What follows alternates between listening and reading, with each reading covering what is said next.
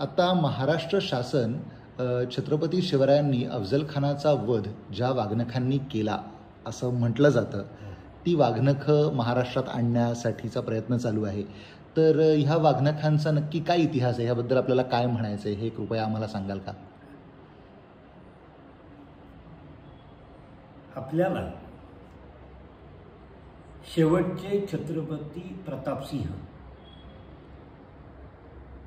यांचे इंग्रजांनी नेमलेले कारभारी ग्रँड डफ, की ज्यांनी पहिल्यांदा शास्त्रोक्त पद्धतीने मराठ्यांचा इतिहास लिहिण्याचा प्रयत्न केला, ते ग्रँड डफ आणि प्रतापसिंह यांच्यामध्ये अत्यंत जिव्हाळ्याचे संबंध होते. ज्यावेळेस ग्रँड डफ इंग्लंडला आपल्या मायदेशी निघाला, त्यावेळेस त्याने छत्रपती प्रतापसिंहांकडं काही शिवरायांच्या वस्तू मागण्याचा प्रयत्न केला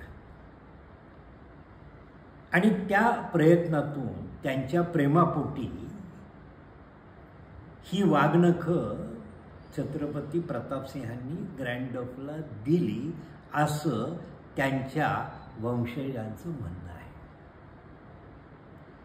आणि ते साहजिक आहे, होऊ शकतं. ग्रँड डफच्या वंशजांनी ही वाघनखं इंग्लंडमधल्या संग्रहालयाला दिली आहे. गेली अनेक वर्ष ज्याप्रमाणे इंग्लंडच्या संग्रहालयामध्ये कोल्हापूरच्या छत्रपतींकडून इंग्लंडच्या राजघराण्याला छत्रपती शिवाजी महाराजांची भवानी तलवार भेट दिली, तीही त्या संग्रहालयामध्ये आहे. त्या संग्रहालयाला भेट देणारा प्रत्येक मराठी भारतीय मनुष्य मोठ्या श्रद्धेने त्याचं दर्शन घेत असतो ह्या दोन वस्तूंचं. आणि साहजिक आहे, लोकांच्या मनात अशी श्रद्धा आहे की जशी ही शिवाजी महाराजांची भवानी तलवार आहे, तशी शिवाजी महाराजांनी वापरलेली ही वाघनखं असावी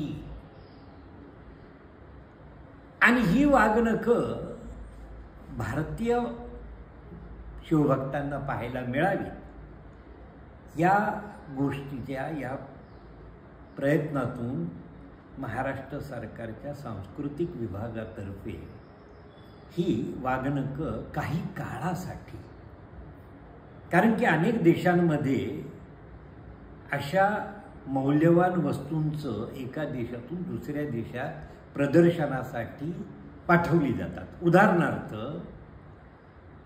इजिप्तमधले ममीज भारताच्या संग्रहालयामध्ये लोकांच्या अभ्यासासाठी आणलेले. तशा पद्धतीने ही वाघनखं भारतात येत आहेत आणि शिवभक्तांना त्याचं दर्शन घेण्याचा लाभ होणार आहे. ही गोष्ट स्वागत आहे. आता प्रश्न असा आहे की हीच ती वाघनखं आहेत का की ज्यांनी अफजल खानाचा वध केला, असं आपल्याला ठामपणाने कुणालाही सांगता येणार नाही. शिवाजी महाराजांच्या एकूण संग्रहात अनेक वाघनखं असू, कारण की ही वाघनखं साताऱ्यामध्ये छत्रपतींच्या देवघरातल्या पूजेमध्ये होती अशी ही नोंद सापडते. एवढंच नव्हे तर 1853 मध्ये जो गव्हर्नर होता त्याने असं वर्णन केलेलं आहे की या वाघनखं त्यांनी पाहिलेली आहे. आपण त्याचं स्वागत करू. जसं अनेक वर्ष शिवभक्तांना शिवाजी महाराजांची भवानी तलवार भारतात आणावी अशी इच्छा आहे, परंतु ते शक्य नाही कारण की ती भेट दिलेली वस्तू. परंतु काही काळासाठी जशी ही वाघनखं भारतात येत आहेत, तशी जर भवानी तलवारही आणता आली तर दोन्ही गोष्टीचं आपण स्वागत केलं पाहिजे असं मला वाटतं. धन्यवाद.